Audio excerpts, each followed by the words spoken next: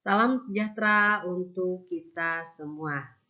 Materi BK pada kesempatan ini sangat menarik sekali, yaitu kesehatan reproduksi remaja. Tujuan dari materi ini yaitu dapat memahami tentang kesehatan reproduksi, pentingnya merawat organ atau alat reproduksi yang ada pada pria dan wanita, serta menjaga perilaku pelecehan seksual remaja. Menurut Tristan Hakim dalam bukunya Mengatasi Rasa Tidak Percaya Diri mengenai rasa percaya diri secara sederhana, bisa dikatakan sebagai suatu keyakinan seseorang terhadap segala aspek kelebihan yang dimilikinya, dan keyakinan tersebut membuatnya merasa mampu untuk bisa mencapai berbagai tujuan dalam hidupnya.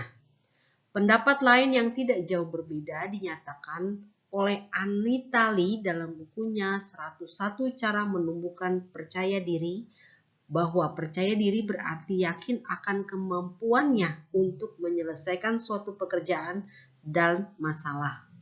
Dengan percaya diri, seseorang merasa dirinya berharga dan mempunyai kemampuan menjalani kehidupan, mempertimbangkan berbagai pilihan, dan membuat keputusan sendiri. Pengertian kesehatan reproduksi menurut WHO adalah suatu keadaan fisik, mental, sosial yang utuh, bukan hanya bebas dari penyakit atau kecacatan dalam aspek segala yang berhubungan dengan sistem reproduksi, fungsi, serta prosesnya, atau suatu keadaan di mana manusia dapat menikmati kehidupan seksualnya serta mampu menjalankan fungsi dan proses reproduksinya secara sehat dan aman. Istilah reproduksi berasal dari kata re yang artinya kembali dan produksi yang artinya membuat atau menghasilkan. Jadi, istilah reproduksi mempunyai arti kehidupan manusia dalam menghasilkan keturunan demi kelestarian hidupnya. Masa prapubertas. Masa pubertas itu kira-kira dimulai ketika usia 12 sampai 13 tahun. Ini merupakan masa-masa peralihan dari masa anak-anak ke masa remaja. Pada anak wanita lebih singkat daripada anak laki-laki. Perkembangan intelektual yang sangat pesat. Selanjutnya, masa pubertas. Ditandai atau dimulai sejak usia 14 sampai 16 tahun. Dapat terlihat dari perkembangan fisik yang sangat menonjol. Emosi sangat labil akibat perkembangan hormon seksualnya yang pesat. Perubahan fisik dan psikologis saat pubertas disebabkan kerja hormon dalam tubuh. Hormon di otak perintah ke organ reproduksi, selanjutnya hormon seks. Organ seks perempuan, estrogen dan progesteron. Organ seks laki-laki, testosteron. Selanjutnya, apa sih perubahan yang mempengaruhi anak laki-laki dan perempuan selama masa pubertas? Yang pertama, tinggi berat badan bertambah, otot-otot semakin terlihat. Organ seksual mulai tumbuh. Selanjutnya, tubuh semakin subur. Suara makin berat. Kelenjar kulit semakin aktif sehingga banyak anak remaja mengalami problem jerawat. Kelenjar keringat bertambah sehingga menimbulkan keringat berlebih dan bau. Tumbuh bulu di ketiak dan daerah sekitar kemaluan. Perasaan gampang berubah dengan drastis. Mulai tertarik pada lawan jenis. Selanjutnya, terakhir yaitu masa akhir pubertas. ditandai oleh atau dimulai ketika usia 17 sampai 18 tahun. Berlangsung sangat singkat. Pada remaja putri, masa ini berlangsung lebih singkat daripada remaja pria, sehingga proses kedewasaan remaja putri lebih cepat dibandingkan remaja pria. Oke, periode remaja adolesen, yaitu usia 19 sampai 21 tahun, sudah mencapai kematangan yang sempurna. Nah, ini anatomi dan fisiologi dari organ reproduksi. Terdiri dari indung telur, umbal saluran telur, dan saluran telur. Ya. Anatomi dan fisiologi organ selaput lendir rahim, rongga rahim, selanjutnya leher rahim.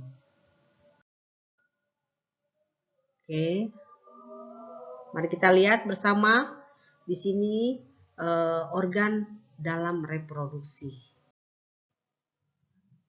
Ketika sperma bertemu sel telur di saluran telur dan telur yang sudah dibuahi bersarang di dinding rahim tumbuh menjadi janin. Nah, inilah fertilisasi dan pregnancy. Oke.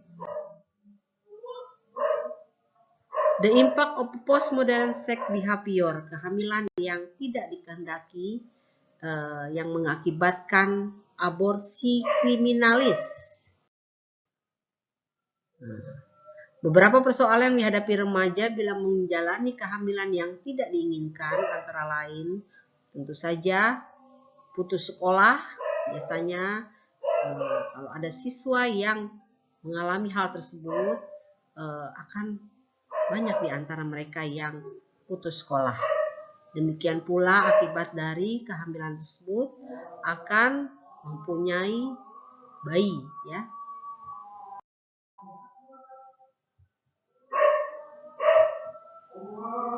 Aborsi dilakukan biasanya karena kehamilan yang tidak dilakukan. Nah, kenapa banyak remaja melakukan aborsi? Padahal aborsi itu tentu saja tidak aman, bahaya, karena mengakibatkan pendarahan, cacat, dan kematian. Aborsi mengganggu perasaan dan pikiran karena rasa bersalah dan takut. Oke.